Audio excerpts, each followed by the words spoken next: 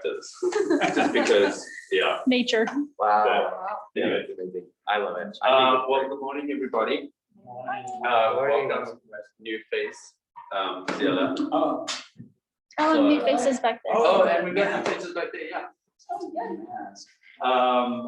So I'll just, while others are coming in and stuff, I wanted to quickly do a feelings check-in. Since this is about feelings. So I thought a fun thing would be to describe your week in one word, in one feeling word. This past week, describe the overall arching, and then describe how you're feeling this morning in one or more words. There's no restriction on that. No restriction? Yeah. Yeah.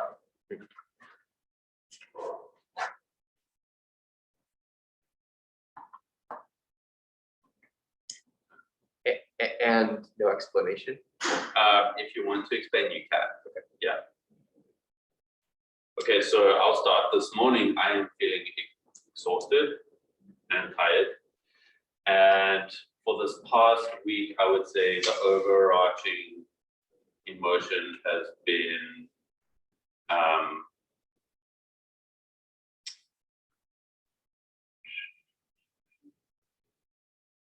gosh, this is harder. I should have thought. This is harder than I thought. Has been enlightening. Yeah. I felt enlightened.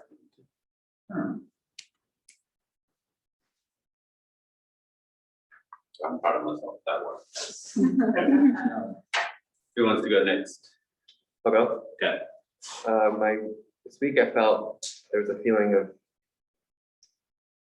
struck by a sense of anticipation, anticipatory. I think that applies to both my just school things going on there, but then also this little guy's birthday. Yeah. And getting things ready for his birthday, feeling excited for family. And then this morning, I feel this one feels like a little bit like decompression. Okay. Cool. I can go next. This week was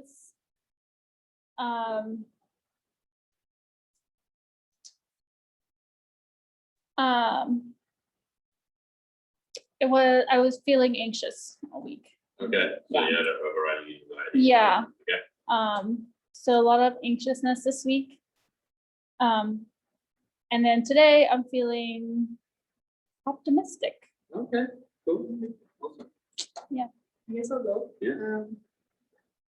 My past week, I guess it was more of like a focus.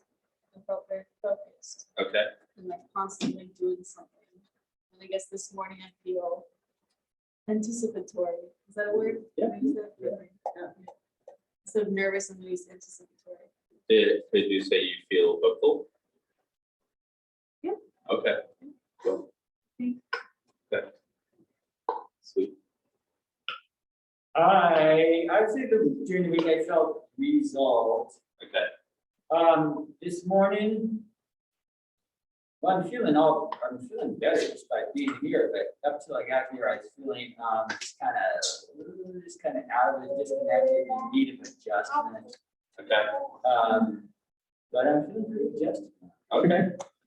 Great. Guys are rubbing off me. Love it. Good. I anyone back there feel comfortable going next? I have felt challenged Okay. by my calendars. Oh, nice. And today I feel better. Okay. because I Cool. accepted the challenge of getting on the bike. Nice. Okay. I'm having a hard time narrowing it down. Okay. Grace in accomplishment. Okay. Do you have felt accomplished? Yeah, I feel accomplished Okay. and loved. Oh, nice. But in the He's taking in extra words. Yeah. Grace. Okay. I'll allow it. Yeah. Cool. How are you feeling this morning? Love, okay, gotcha, okay, That's good. cool. I was very thankful this last week. Okay.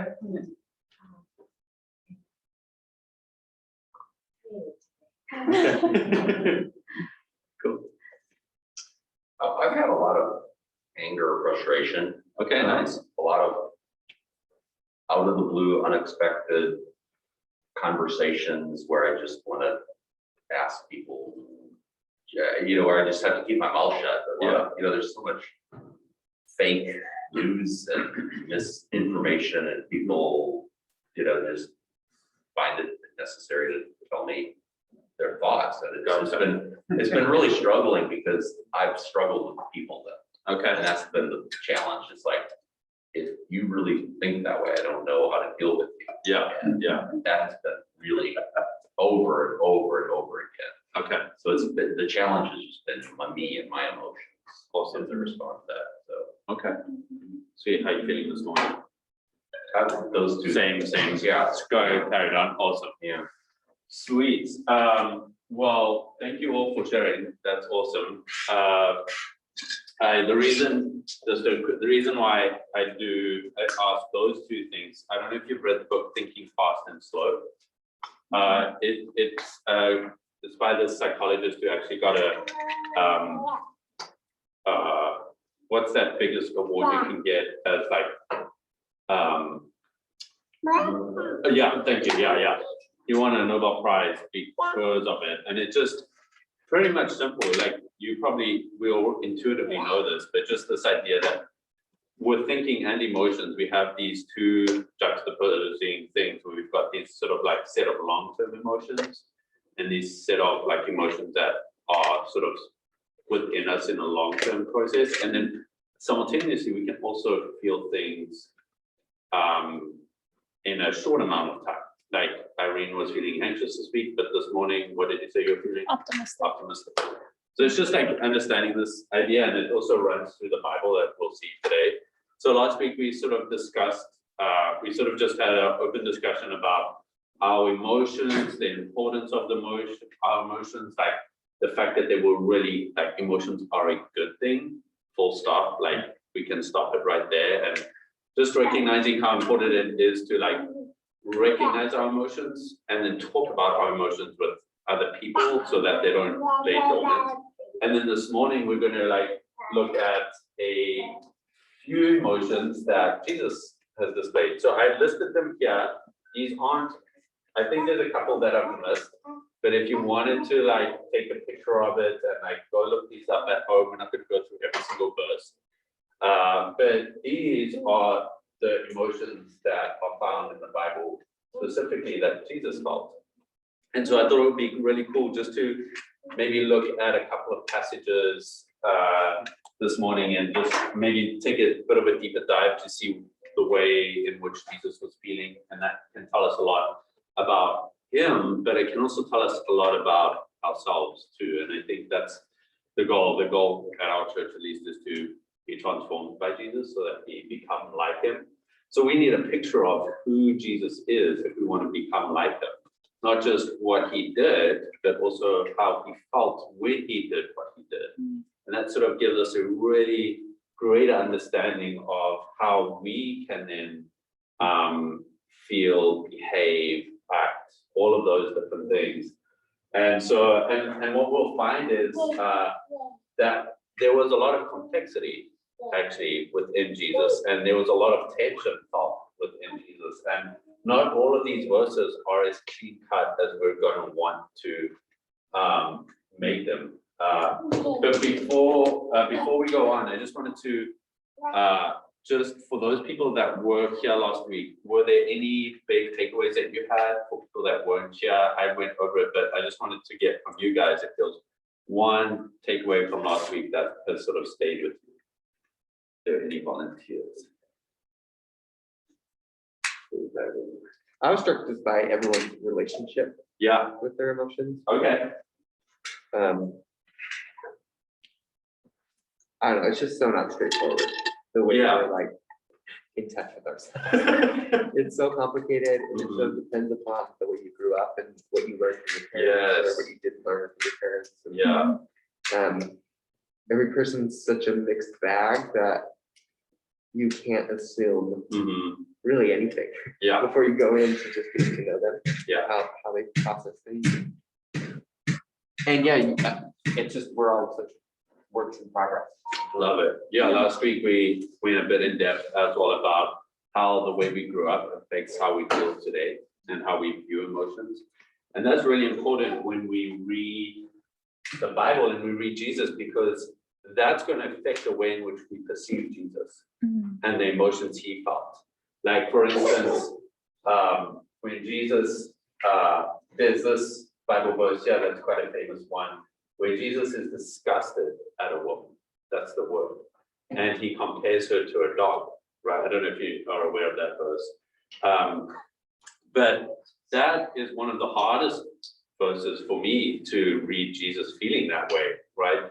And also anything that when Jesus is frustrated or angry, because my initial perception is, oh, I'm going to be the person that Jesus is angry at. Like, I can picture myself as the person that Jesus is going to be angry at. And the reason why is because that's partly how I grew up and my relationship dynamics and all of that. So it's really important that when we look at our own history and look at our own selves, realize that we're bringing that to the table when we read the text, and knowing that we can come and be honest about that, and also know that, I don't want to say this for sure, but probably Jesus is going to be more gracious and loving than we realize, even when we're reading these. So let's open. Does anyone want to read the first text? We're going to look at Mark 3:1-6. We're going to highlight this first. Does anyone want to open up and volunteer to read it? Any volunteers? Right, first person that gets it can start reading. How about that?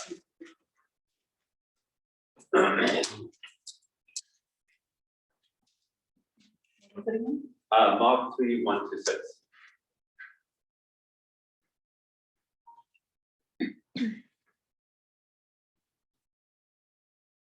Whenever anyone's ready to start reading, go for it.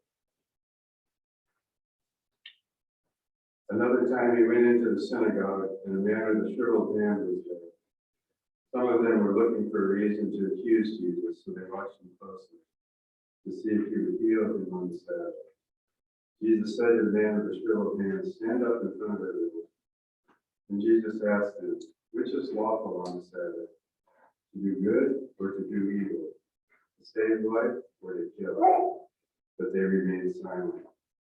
He looked around at them in anger and deeply distressed and through stomach hurts. Said to the man, "Stretch out your hand." He stretched it out, and his hand was completely restored. Then the Pharisees went out and began to talk with the Herodians how they might kill him. Awesome. Okay, so can I get a volunteer to retell that story of what happened? Just a brief outline of what happened in that story.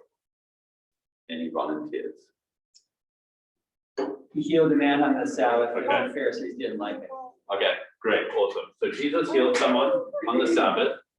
The Pharisees didn't like it. What did Jesus feel?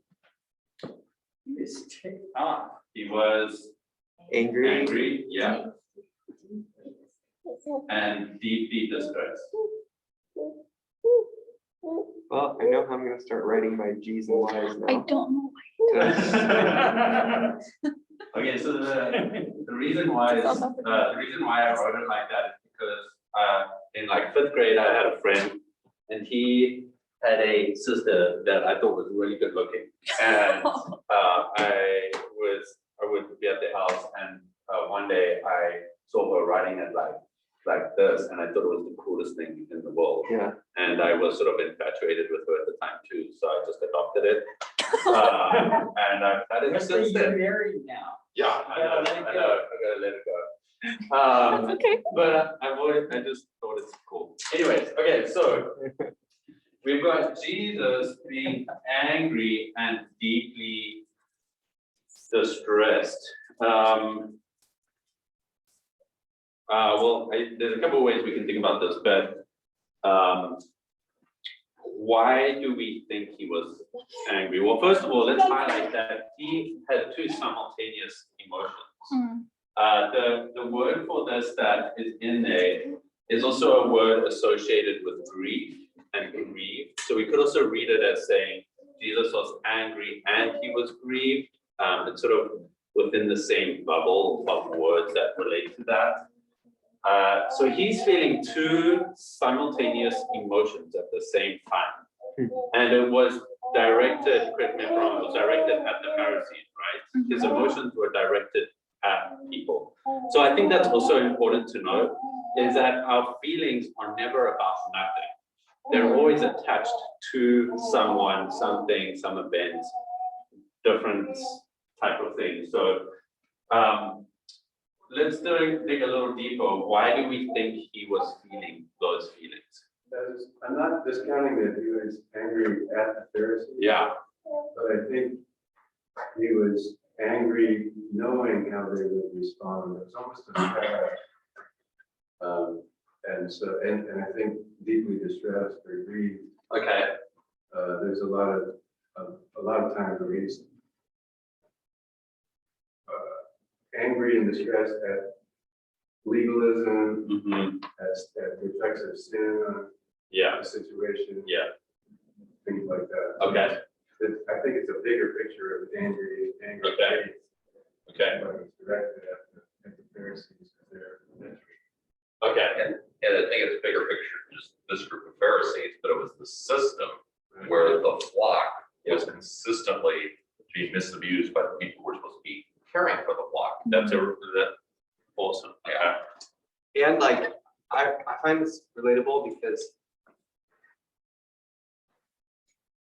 I often find that when I feel angry at someone or a thing, Yeah. because of it, I don't know, angry is like anger is the appropriate emotion. Distress does often follow as like it's almost like as the anger subsides or something. It seems like Jesus is feeling it simultaneously, which is interesting. But at least for me, once the anger subsides, then it's like there's a sense of sadness or stress about the fact that you can't change that, or that's it's almost like you're seeing the person that was just the object of your anger, the target of your argument. Yeah. Now it's like their humanity you see, and it distresses you that you can't change them. It's not the system or the bigger picture behind it where they're caught up in it. Yeah. Okay. Awesome. We got that. So the reasons so far that we can sort of see is that Jesus is just really angry at the way people were treating other people. Would we say that as a general overlay? That what was another point you mentioned, Wally, was that, and then with the Pharisees specifically with their legalism? Yeah, with legalism. Okay. You know, it's a complete misunderstanding what the Sabbath is all about. It's constantly Fantastic, yeah. reinterpreting the Sabbath. And so the legalism, and can you go a bit deeper with the legalistic part? Like, what does that mean? So they're so hung up on the rules. Okay. They miss the bigger picture of healing versus healing. Okay, love it. Okay. So could we say that he was really angry at the fact that they were not on board with his mission to restore and bring life to people? And they were more hung up on the rules than his mission to bring life to people. Yeah, absolutely. He's saying, Okay. because if you really knew Moses, Yeah. what he was saying, Yeah. then you would understand the situation. Right. Awesome. And You're just fluid into laws. right, and Sabbath, Jace, when you've done your thing in Sabbath, did you like come up with the true meaning of Sabbath? Because as far as I'm aware, and from what I've read, it's Sabbath is actually the theme of Sabbath is actually about restoration. It's about bringing restoration to us And so if that's so, then that wouldn't discount healings and all of that. But I don't want to go into to that. But so it seems like Jesus is feeling very emotional because people aren't on board with the essential part of who he is and what he's about to do. I would say that would be a good summary, right? Right. Okay, awesome. Anything else that people want to add about this verse? Well, I think if you look up verse 4, Yeah, when it says, he's asking them, which is lawful, to do good or do evil, Mhm. save life or kill? And they didn't answer. It's like, that's Yeah. a clue. It's like, Yeah. they don't even want to go there. yeah. Wow, that's awesome. That's a really good point, yeah. Okay, I'm going to move on because we've got a couple, but we'll see the themes come up. Does anyone want to look up Mark 1, 40 to 45?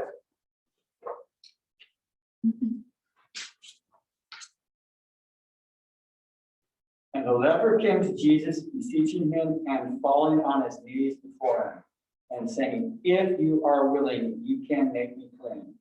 Moved with compassion, Jesus stretched out his hand and touched him, and said to him, I am willing, be cleansed. Immediately the leprosy left him, and he was cleansed. And he sternly warned him, and immediately sent him away. And he said to him, see that you say nothing to anyone, but go show yourself to the priest, and offer for your cleansing what Moses commanded, as a testimony to them.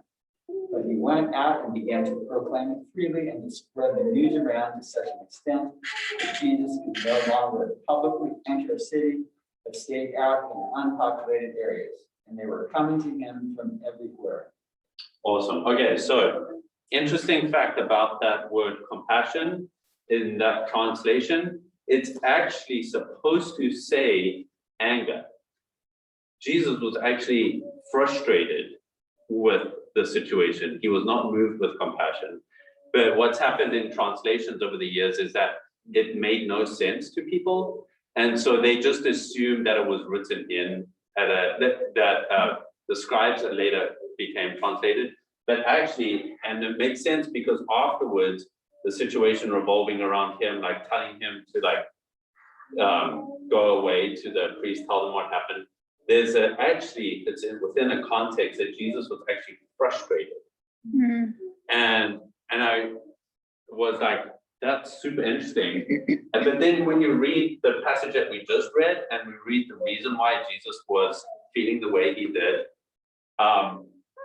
it made sense because the guy essentially comes to Jesus and he says, what does he say? If you got the passage there?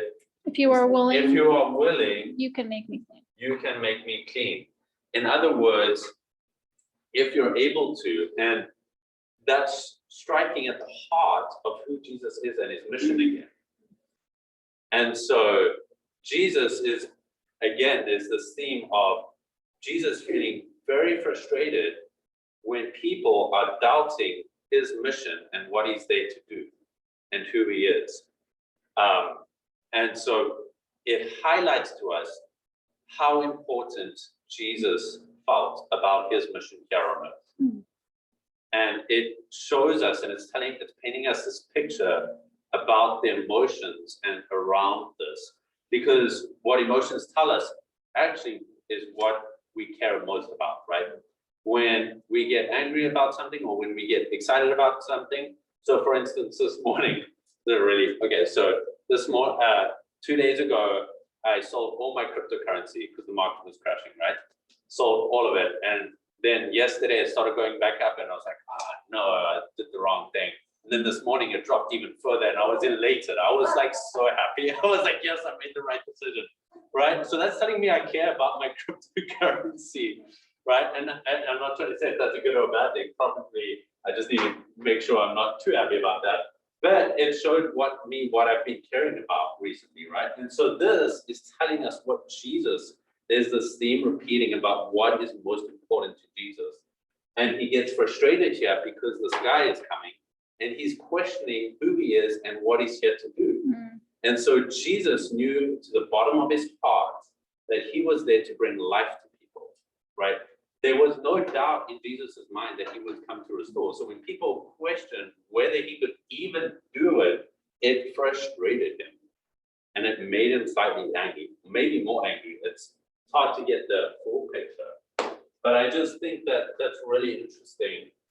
And it just, again, it goes back, when we discover that about Jesus, I think we could go and say, oh, well, then we need to get really frustrated and angry about people who doubt him and his mission. I'm not sure that's the takeaway. I think the takeaway is to say, we need to know what Jesus cared about the most so that we can care about that the most in our lives, right?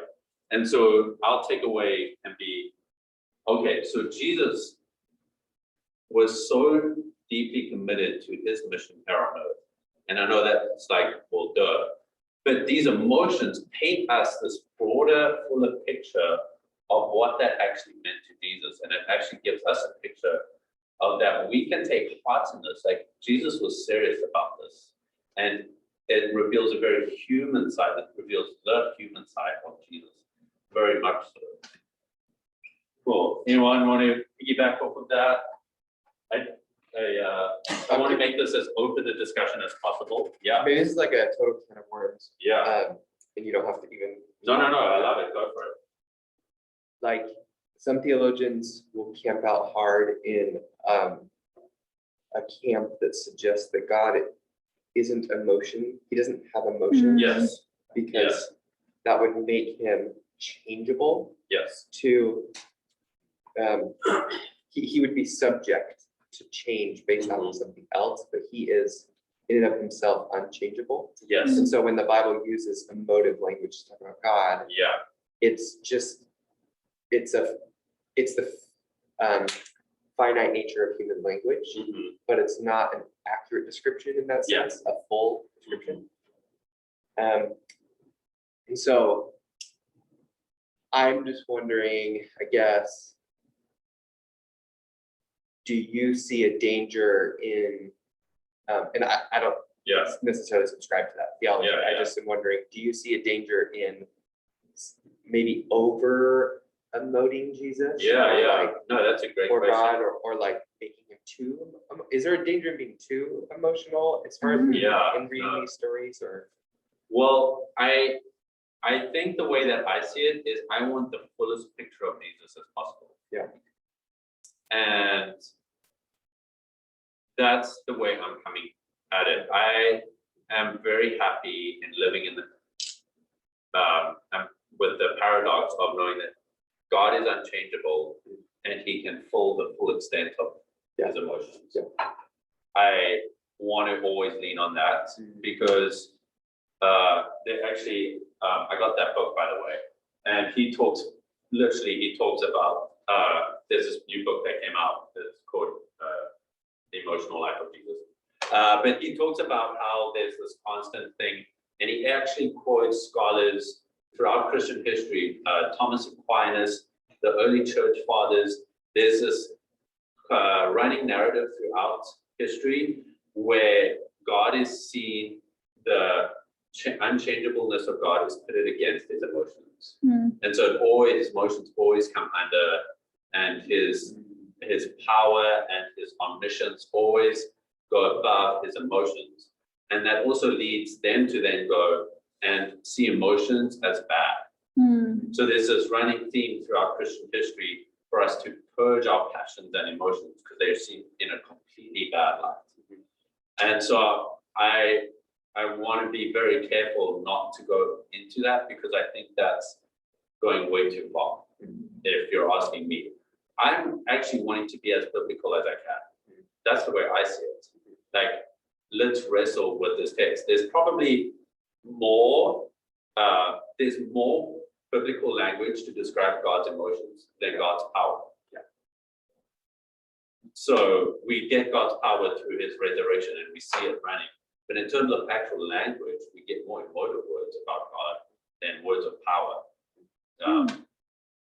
So, like for instance, I said this to Irene yesterday. I was like, would you feel really guilty if you ever felt like you regretted having kids? Like, we don't have kids, but like, would you, if you ever, for those, the parents in here, have you ever had the thing of like regretting having your kids? No, God has.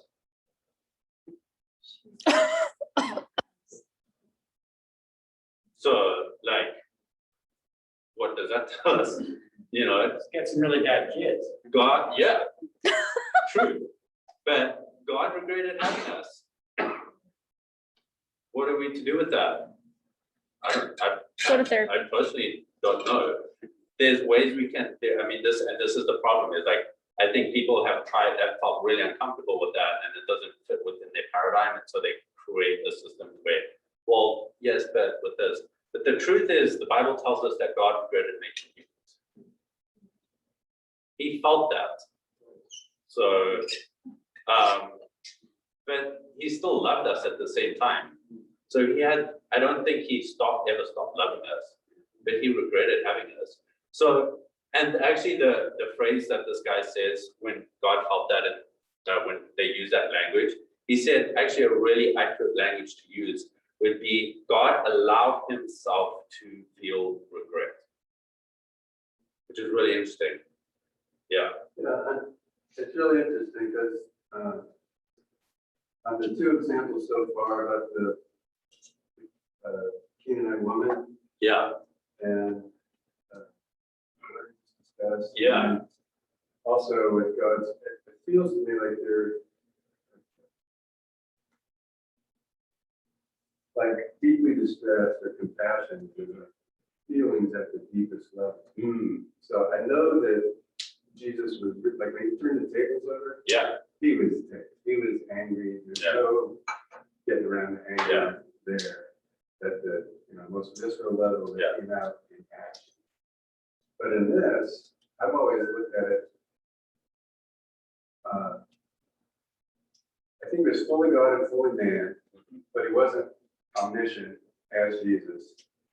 But I think God downloaded stuff. The Father downloaded information to him. Yeah. And so, like with the Canaanite woman, I think he was kind of playing the crowd. And so I don't think he had discussed at the Canaanite woman. Yeah. I think he was testing her for the benefit of others. And I don't find the word discussed in the scripture. Yeah. And even like God regretting, I think he might have regretted that his only option was giving us free will. Yeah. Knowing what the outcome would be of free will. Yeah. It's like, I've got two choices. I can make robots. Yeah. That will always do the right thing. Yeah. But I can't voluntarily love. Robots won't voluntarily love me back. Yeah. Yeah. I can't have a relationship with Yeah. robots. No, that's it. So, but yeah. So I regret this, that I'm stuck in this. I have to give them free will. Yeah. They're going to screw up, and I hate the results of that. yeah, no, and well, I'm going to push back a little bit, but I'm going to suggest that I totally get that, and that's totally a thing, but that's going further than the Bible's what it's actually saying, right? And I'm not saying that's a bad thing, and because we do it all the time, but I'm just saying this is what is displayed, and that's definitely a very plausible, just like that interpretation of this, that's probably one of the most popular interpretations of the reason why Jesus did it with the woman. And I'm happy to say that, but I also want to be true to the biblical text at the same time. Does that make sense? Yeah, so that's why Yeah. I pushing back. I didn't see the word discuss. Oh, so there's different, okay, so I'll just say that, this is, we're not gonna go through this text, so I don't want to camp out on this text. And if we had more time, I would love to. This is just, coming under, I'm going with this book, and he's put that word within the same, because it's not a strict directive of translation. And the language that was used in that thing was also embedded within the cultural narratives of what emotions were seen. And so disgust, he thinks, is a closer understanding. So, but we could go on. We could go on about that. Okay, I want to move to a really popular one. John 11, 33 to 38. Who wants to go to that first?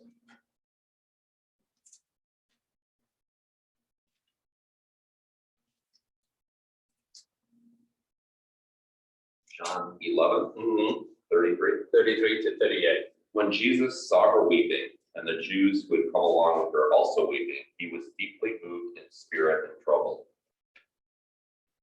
Where have you laid him? He asked. Come and see, Lord, they replied. Jesus wept. Then the Jews said, see how he loved him? But some of them said, could not he who opened the eyes of the blind men have kept this man from dying? Jesus, once more deeply moved, came to the tomb. It was a cave with a stone laid across the entrance. Take away the stone, he said. So through 38, wasn't it? Yeah, but actually, Karen, yeah. But Lord, said Martha, the sister of the dead man, by this time there's a bad odor, for he has been there for 4 days. Then Jesus said, did I not tell you that if you believed, you would see the glory of God? Awesome. Okay, so famous passage, right? I think we all know this one with Lazarus and Jesus coming. What were the two emotions that we picked up on that one that were discussed? Sadness. Yeah. And I think another one is, translated as frustration, like, Okay. again, frustrated Yeah, that yeah. they don't, they're like questioning him and Mhm. his abilities. Mm-hmm.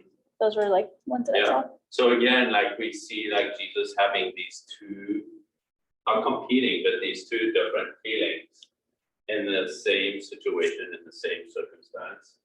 And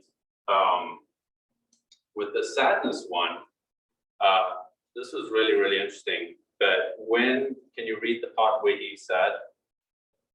Well, just the Jesus wept. Jesus, what was it right before that? When Jesus saw her weeping and the Jews came along, he was deeply moved in spirit and troubled. Where have you laid him? He asked. Okay. I think it's that. Awesome. And does Martha at any point say, come and see? Yes, come and see, Lord, they replied. Was that before he was moved deeply? No, that was after. That was after, right after he was moved deeply. That seems vague to me, deeply moved in Yeah. spirit and trouble. Yeah. You could be deeply moved in trouble. Yeah. Watching a sporting event, Yeah. when the game turns or something, you know what I mean? I don't mean. Yeah, yeah. No, But it's not very, it's not very specific language as it's at least translated here. Yeah, no, it's not. And also, well, I just like to open this up to like, just like, Yeah, so this is another one I've been, days prior, yeah, he's telling the disciples, wake up, he's dead. yeah, You're gonna go fix that. Yeah. So he knew Lazarus was dead and he knew he was gonna raise Lazarus. Yeah. So I don't think he was sad at missing Lazarus. okay, But for me, all of the deeply moved and stuff is again, the effects of sin and death. okay, love that. And so it's like, I hate that man has to die. I hate the effects Yeah, of sin. I hate that I can't fix everything right now okay, and make everything right. Yeah. I think because of all of that, he's deeply moved gotcha. and he's saying, but there's a resurrection. Mm, So he's carrying on this dialogue. yeah, Whereas a narrative where he's kind of saying, look, I know what's gonna happen here. Yeah. I'm calm. I can delay, I can wait for this thing to happen. But when he gets there, it's morning, Mm. Lazarus is in the tomb, yeah, he's been dead 4 days, and like, I think just overwhelmed by the effects of death of a dear friend. And people around him. and he was questioned again, right? And he was questioned again. Yeah. So, they were like, why could you not? The crowd said, they questioned him and then also, Fix this. yeah, like, could you you not have done something? And so Martha did too. Martha did too. So there's this running theme of Jesus being questioned about what he's there to do and who he is, which is interesting again. Yeah, no, that's good. Anyone else?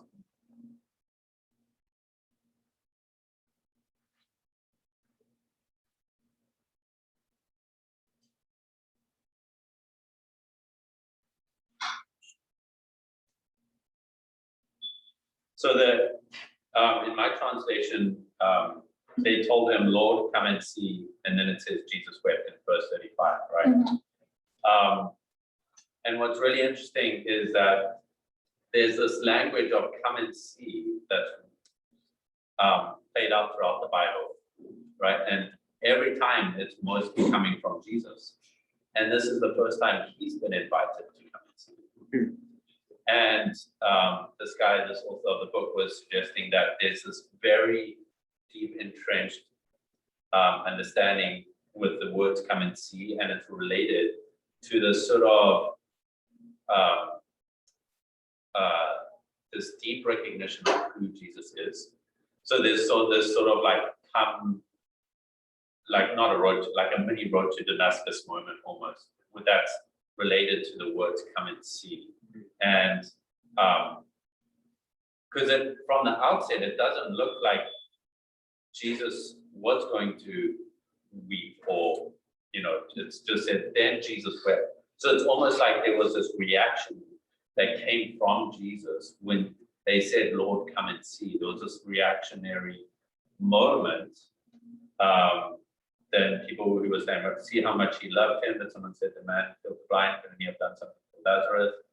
So I thought that was really interesting. Like Jesus had this mission to come here, and then they said, Lord, come and see. Then he wept. And it was comforting because for me, because I was like, even Jesus could be impacted and react in an emotional way, in a sense. Does that make sense?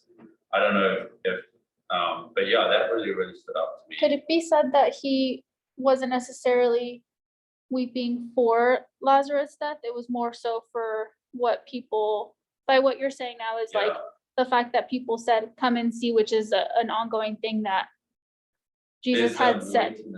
Yeah, like he's been inviting people to come and see what he has done. And then this time it's what, like, people are inviting him to come and see, like to come and perform a miracle, even though he's still questioned.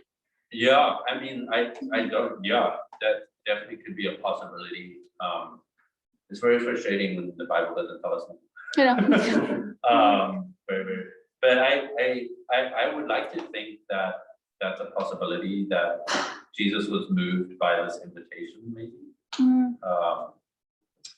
That could be a possibility. He's the person that's constantly inviting people, and he's receiving an invitation.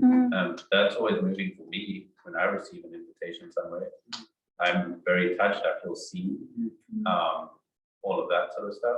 There's also like, I don't know, again, you don't want to like read too much into the text, but there's also, it's just, even if Jesus had been given like a future vision of what he was about to find in the tomb.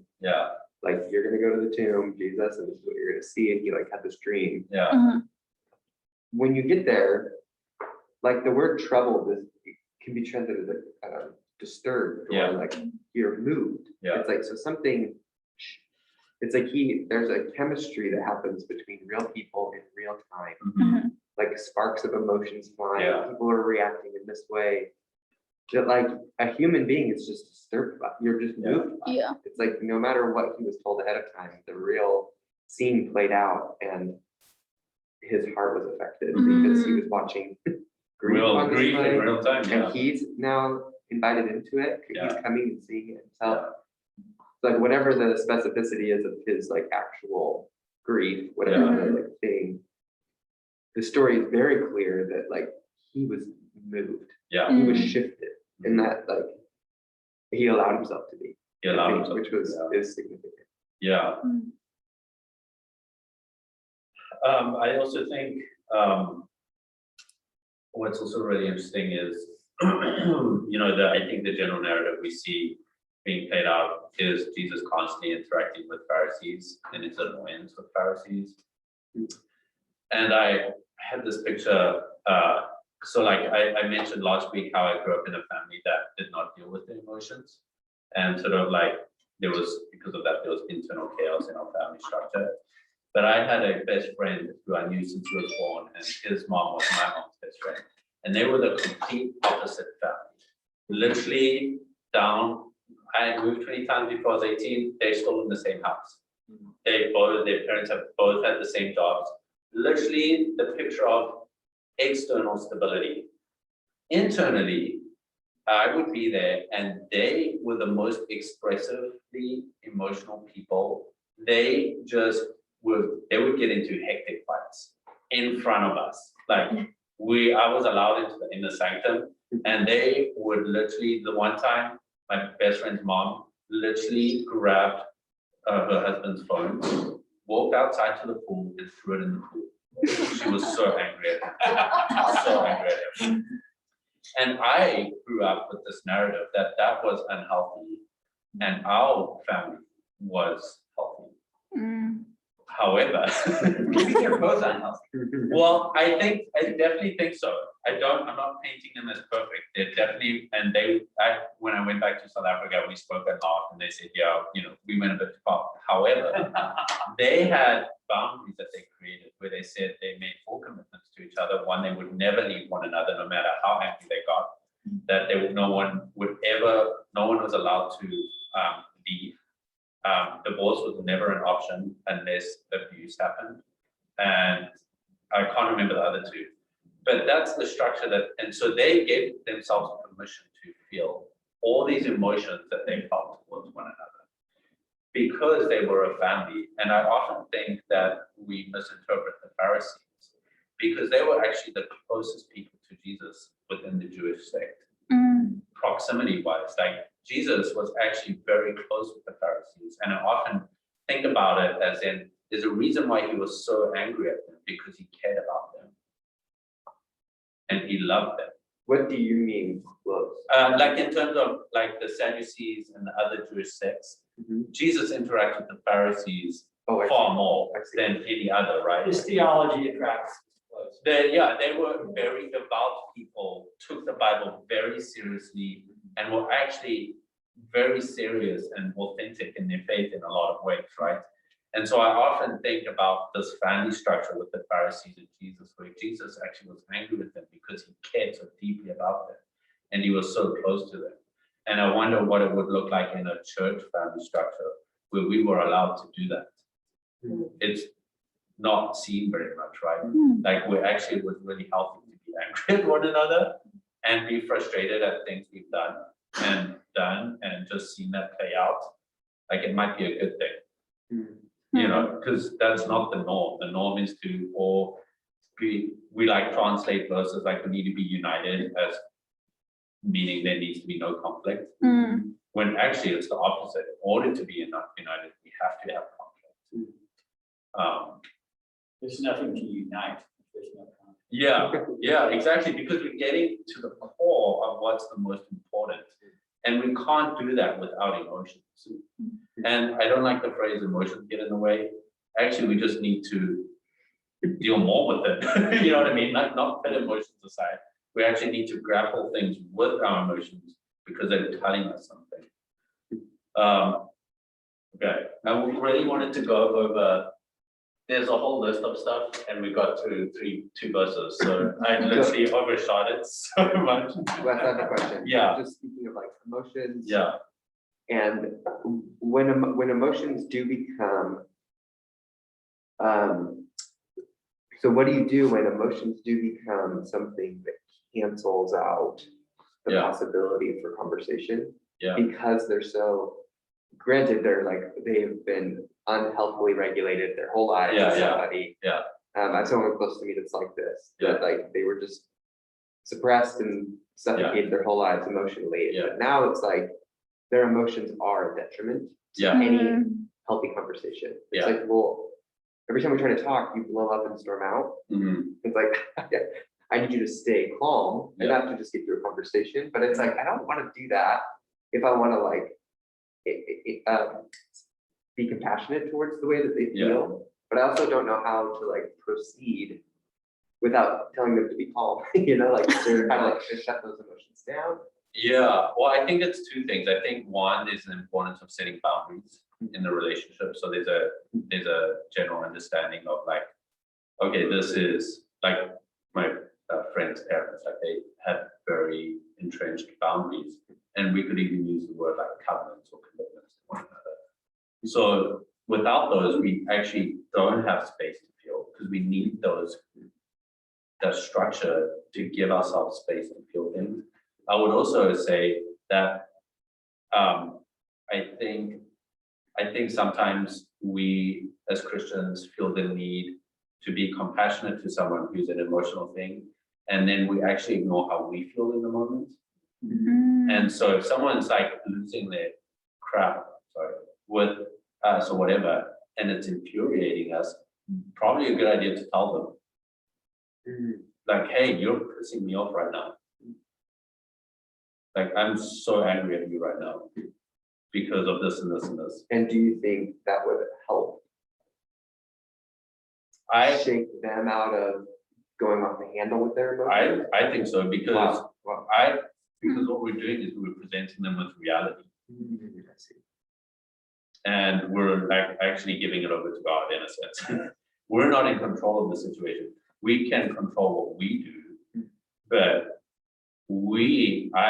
I feel like the best thing is to be honest, because that person is probably seeking to be seen, and we can't be seen if the other person isn't honest about how we affect them. Right, because what can happen if somebody's out of control emotionally and you're trying to talk them down, they just feel like, Right. oh, I'm out of control, you're in control, and you're trying to control me. Right. And it's like, and they experience it as a violation of their rights, as opposed to, oh, Yeah. you have strong feelings too. Yeah. My feelings, my expressions of you. That's so good, because I'm processing everything as a kid of divorce, that when I watched my parents blow up either at each other or at me, I from day one was trying to figure out how to be the stable one in that Oh in yeah, that storm. yeah, And I perfected the skill. I perfected the skill of being like, you can pour it all onto me, and I won't be affected. I'll just like help you. And I now realizing that like I have such an unhealthy way of dealing with conflict and anger naturally, if I don't really discipline myself to do it well. My tendency is to just pretend that I'm not affected by it, when really I'm like dying. It's like destroying my heart when I like am in those settings, you know. So that's really good. It's crazy that like what you're suggesting is real honesty. It's radical. That's like that's a very simple way to process ways I don't want to be honest about how I'm feeling. And you can validate their feelings first, and then it's like. True, yeah, I can see that you were really upset when you do this dance, and you get mad and you leave, and you never really resolve anything. So I'm gonna acknowledge you're really angry about this. But we need to have a conversation and have it not directed at people and stomping out, but let's talk about this. And I have strong feelings about it too. So let's figure out how to work it out. Well, It's interesting raising kids too, trying to help them learn healthy ways to deal with, because I mean, each kid is so different, and some feel a lot stronger than some of them, you know, that they have short fuses and they overreact, and so learning balance. You know, everybody can't just emote all the time. So it's learning good boundaries. How to express properly. And it's everyone's gonna get angry, but what's a healthy way? And in marriage too. I mean, there've been a couple times where I've just been furious. And then I'm thinking there's been a couple times that I didn't have control. I I'm so pissed at you right now. I'm not going anywhere. I mean, I am gonna take off. I'm gonna go for a walk and figure out how I'm feeling.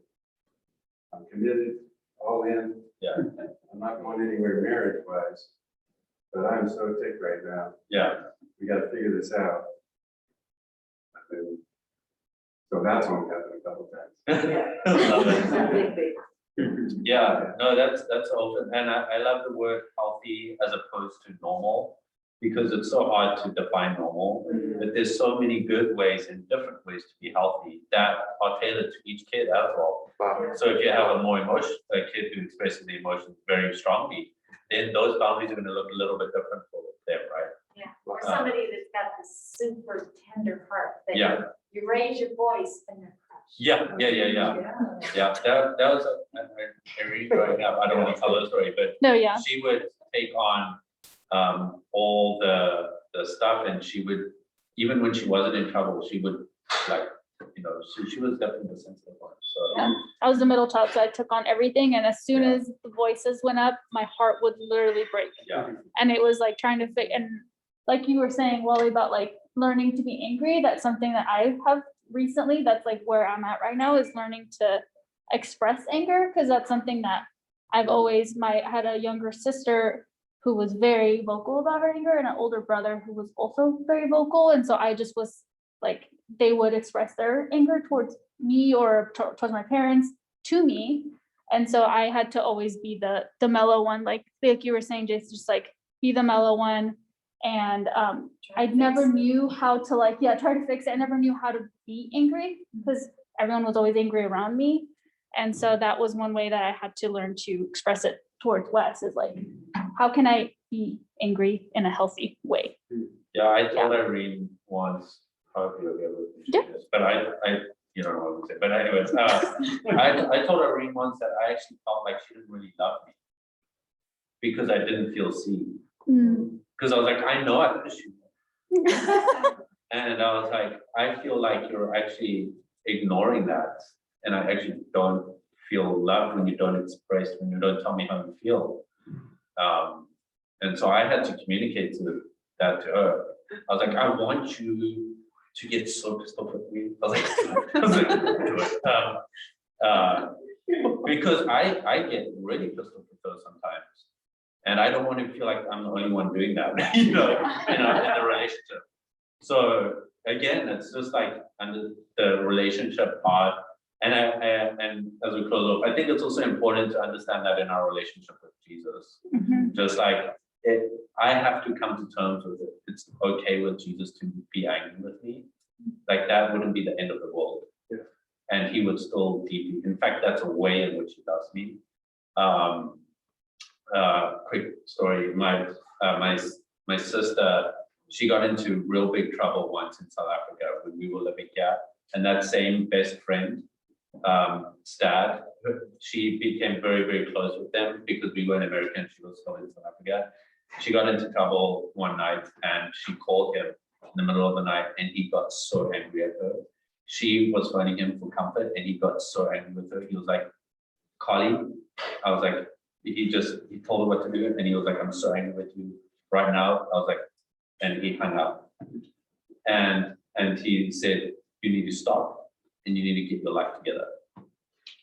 And she was so taken back because that was the first time that a male figure had been that angry with her. And the next day he called her and like, he didn't apologize, but he was like, listen, this is why I had to do up and all that. And she, as part of her testimony, and she was like, she felt so seen and loved. The second day. That whole process, through that process, she felt so seen and loved by him because she knew how much he loved her. Jeez. By being angry. By being angry, because it showed that he really cared about her. Yeah. And, again, like he maybe got too angry, but that's like part of being human. Like we're not going to be perfect in how we express our feelings. And that's also part of the story. It's like we do that and then we talk about it. So, okay. That was a lot. So long. Thank you all. What? I just love listening to your. Yeah. I love it. Cool. All right, can I pray and just end us off in prayer? No, I just want to add really quick. Yeah, So I've got this weird psychosomatic thing where I get all these symptoms I've been dealing with, lips and hands and voice and eyes and everything. But the only time I really felt, now that you mentioned this pastor, I know, Charlie Gessler, yeah, when I told, he came out somehow and he was like angry about it. okay, And he said, like, we gotta deal with this. yeah, We gotta take this before God. This isn't right. yeah, And that was the only time I've ever really felt like a real connection. Like somebody gets it, like, yeah. this is wrong and it should not happen. Wow. So that makes sense what you're talking about. Yeah, I mean, emotions literally reveal what we care most about. You know, and so that's why it's so important to like recognize them, figure it out. You know, because then it'll tell us maybe there's things that we care about too much that we don't need to. And So- that's why spiritual formation is so important. And so you're trusting, sorry, I know you Yeah. need to pray me. No, that's good. You're trusting that, because I can like, I'm anticipating pushback against what you're saying. And the Yeah. pushback is, okay, but like sometimes emotions get out of control Yeah, and they're just wild. Like you cannot live by those. You can't just like be honest all the time with your Yeah. emotions, because if you just feel and express whatever you're feeling all the time, someone's gonna get hurt. But you're saying there's an issue though. What I hear you saying is there's an issue though of not being actually honest yeah, thoroughly Yeah. prior. And so are you sort of suggesting the more you're honest, like actually honest about what's going on ahead of time, you can sort of trust that the maturation will happen in time, maturity, or? yeah, absolutely. I would say that you could start at any point about being honest with how you're feeling, and you don't need to go digging about why you're feeling about that way as well. So I would say there's two. I would say at any point you can start recognizing your feelings. And one of the reasons why we don't is we feel guilty about, and we feel a sense of shame and all of that. So I would say the first step is to just develop a practice of constantly recognizing how we're feeling and not going, why am I feeling like this? Try and over analyze it and just start getting into a pattern of like, not saying that's not important, but I just think I have yet to run into a situation where everyone's feelings are running amok, like everyone, and it's causing chaos because they're recognizing their feelings and expressing them. Oh, I see. You know what I mean? Sure. I haven't been in that situation. Right. I've been in situations where people have repressed their feelings, and I would argue that's probably worse. Oh, I see. It's like unrecognized emotions that are causing a problem. Yes, I would say that's like a classic example, like how I grew up and how my other friends' family grew up. One was not recognizing feelings and dealing with them. The other one was probably going a little bit too far, and there probably was some damage caused. But I would say I would want to lean into that more than the unrecognized. Sure. You know what I mean? Because at least that's like recognizing our humanity. You know, there's a recognition we're not in control. We have to express how we're feeling, and we're dealing with, that's how we deal with reality. Do I think the kid's probably my best friend, as I would probably say he needs to go to therapy because it was probably a little bit too much, but I would argue that every kid does. So I would just say I have yet to experience that where feelings run amok and everyone's expressing their feelings and it goes terribly wrong sometimes. So That's yeah, good. I don't know if that's helpful. Yes. I don't know. Yeah. That's a great. Yeah, and I would say also like in our climate, I know we want to say that we're in a society that feelings determine everything. I would probably just say there's a lot of repressed feelings in that are assumed as people feeling everything, but that's a whole nother thing. I see. You're You're saying what looks like just emotions is actually. it's actually a whole bunch of other stuff. Yeah. So. All right, well,